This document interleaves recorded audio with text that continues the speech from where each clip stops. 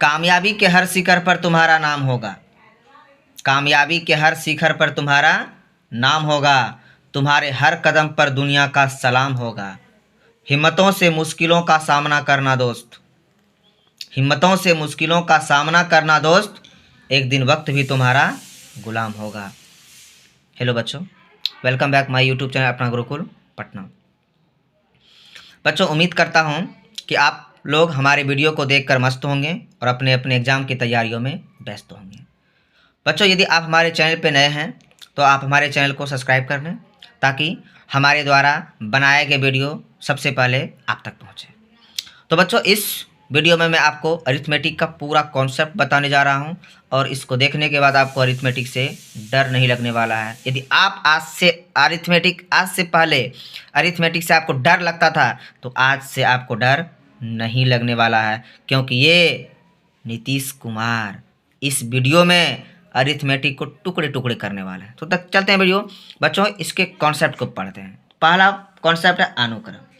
अनुक्रम का मतलब होता है बच्चों सीक्वेंस।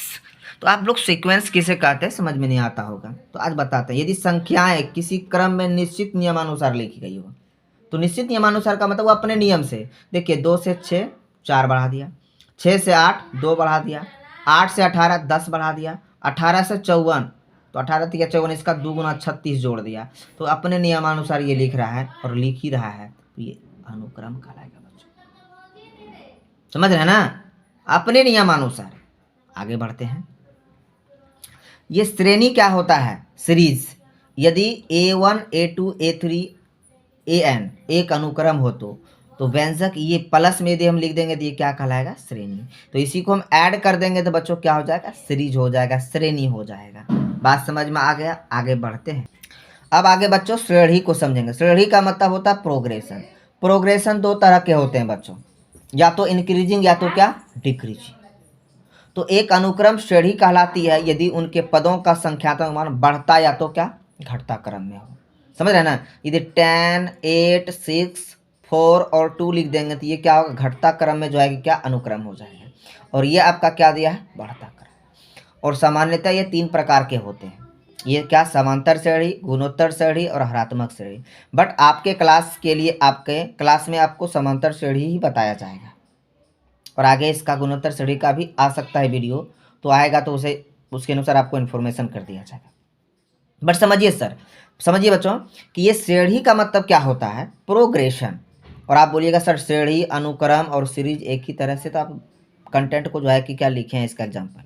हम बोलेंगे बाबू ये श्रेणी के पहले समांतर आ जाएगा ना, तो प्रत्येक 2 पदों का अंतर कहीं भी से निकालिएगा उसका अंतर समान होगा। उम्मीद करते हैं समझ में आ गया होगा। तो चलते हैं बच्चों समांतर श्रेणी को पढ़ते हैं। तो समांतर का मतलब होता है समानांतर।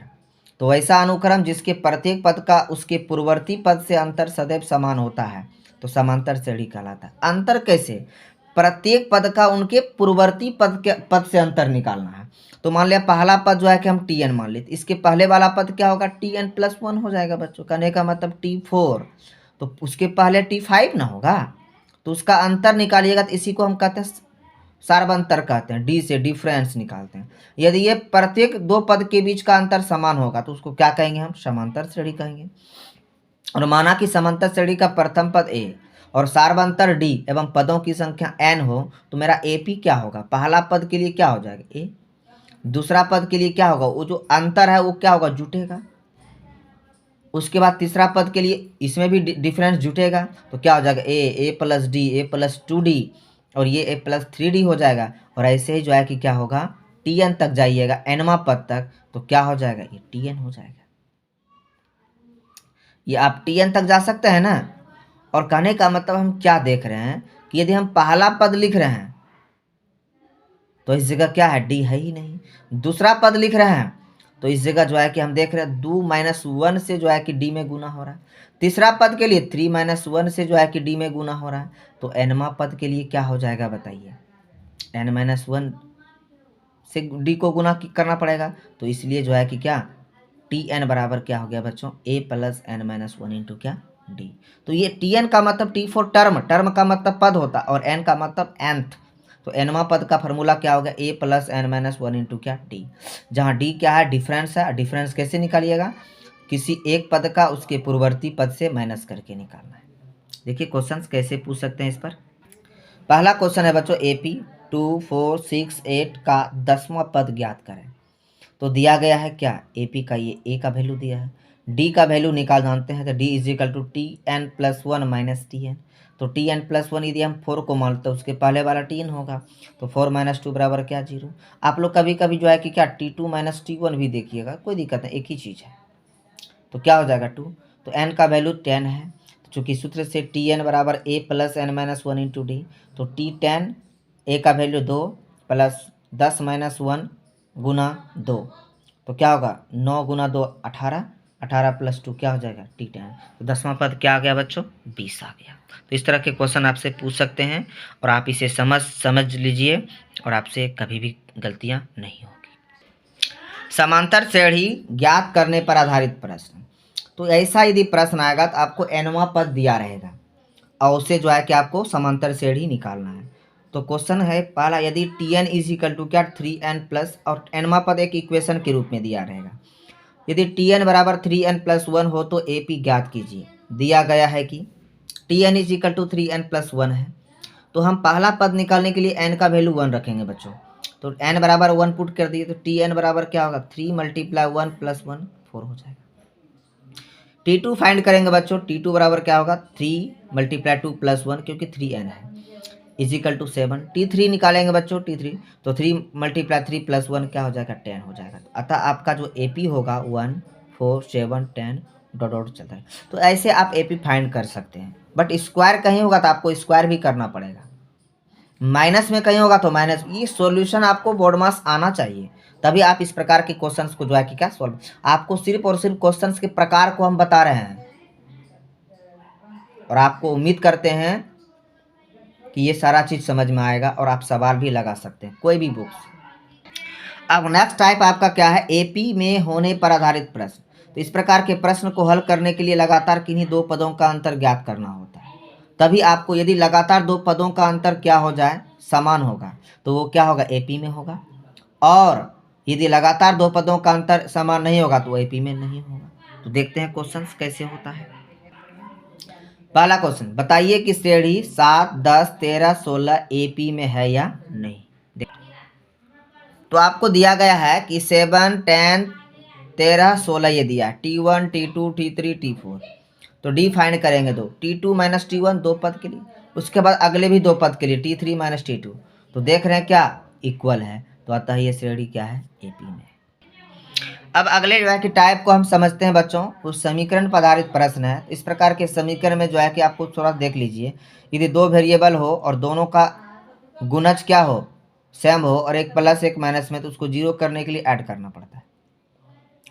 बट दो वेरिएबल हो और दोनों का गुणज क्या हो सेम हो और चिन्ह भी क्या हो सेम हो, तो क्या करना पड़ता है जीरो करने के लिए घटाना पड़ता है। तो देखिए इस तरह के क्वेश्चंस को कैसे हल करते हैं।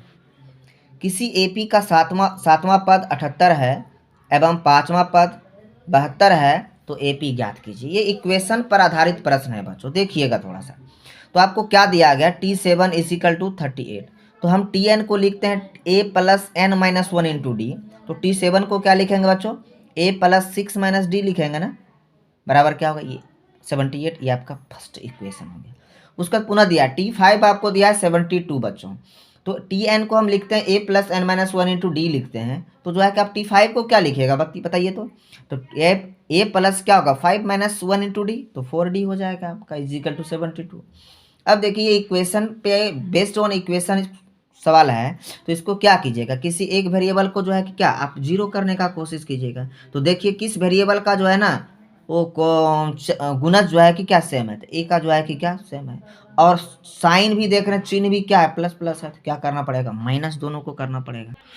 तो जब हम इक्वेशन को माइनस करते हैं बच्चों, तो जिसको माइनस करते हैं उसका चिन्ह को जो है कि क्या चेंज कर देते हैं। आपको ये सारा बेसिक्स मालूम होना चाहिए। A कैंसिल हो गया, 6D में से 4D को माइनस करेंगे 2D बचेगा इज इक्वल टू क्या 78 में 72 को माइनस करेंगे तो क्या होगा 6, 2 3 जा 6, इसलिए D का वैल्यू क्या आ गया 3 आ गया। समीकरण 1 में D बराबर 3 रखने पर ए का वैल्यू मिल जाएगा बच्चों। तो ए प्लस 6 मल्टीप्लाई 3 इजिकल टू 78। तो ए प्लस क्या होगा 18 इजिकल टू क्या 78। ए इजिकल टू 78 माइनस क्या 18 इजिकल टू क्या 60। अतः ए पी तो होगा आपका पहला पद ए, दूसरा ए प्लस डी, तीसरा ए प्लस 2d। तो ए का वैल्यू है 60, ए प्लस डी तो 60 प्लस 3, ए प्लस 2d 60 प्लस 2 मल्टीप्लाई 3। तो अतः आपका 60 70 63 66 आ गई है आपका क्या हो गया ए पी हो गया बच्चों। अब प्रथम n पदों के योग पर आधारित प्रश्न को समझते हैं बच्चों। योग क्या होता है? योग को हम Sn से दर्शाते हैं बच्चों। Sn का मतलब क्या हुआ? सम ऑफ n टर्म्स, प्रथम n पदों का योग। और ये सम का मतलब क्या होता है बच्चों? तो माना कि किसी एपी के प्रथम पद ए तथा सार्वंतर डी एवं पदों की संख्या n हो, तो एपी बराबर ये हो गया आपका, जानते ही हैं। अब इसी को हम ऐड करेंगे तो क्या होगा? प्रत्येक पद को ऐड कर दिए बच्चों। ये टी एन को क्या लिखेंगे? A plus n minus 1 into d हो जाएगा। इसको अंत से डी लिखेंगे, थोड़ा सा बेसिक ये समझने वाला चीज़ है। यदि इसको अंत से लिखेंगे बच्चों तो क्या हो जाएगा मेरा?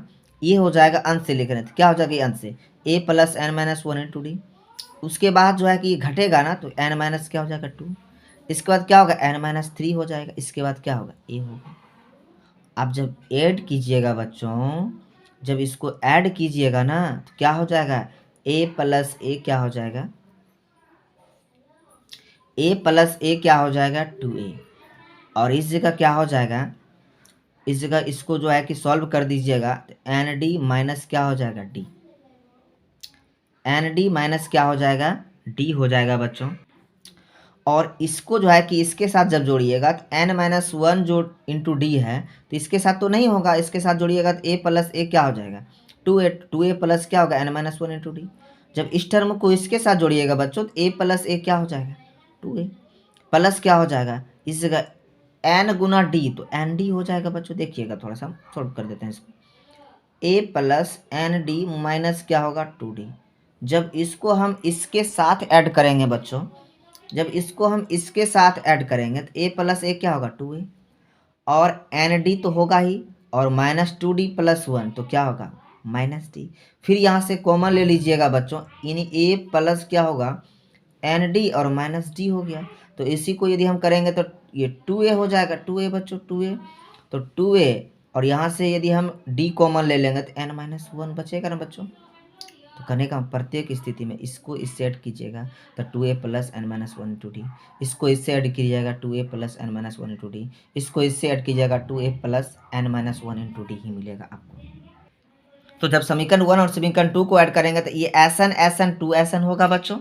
और इस ओर आपका प्रत्येक term 2a plus n minus 1 into d, 2a plus n minus 1 into d, dot dot 2a plus n minus 1 into d. ये कितना बार करना है? n टर्म तक करना है बच्चों, इसलिए इसको n से मल्टीप्लाई कर दिए। तो SN बराबर क्या हो गया बच्चों? n बटे, ये मल्टीप्लाई में था तो n बटे 2 equal to 2a plus n minus 1 into d. ये आपको nth टर्म का जो है कि योग के लिए फार्मूला बताए बच्चों, समझे ना।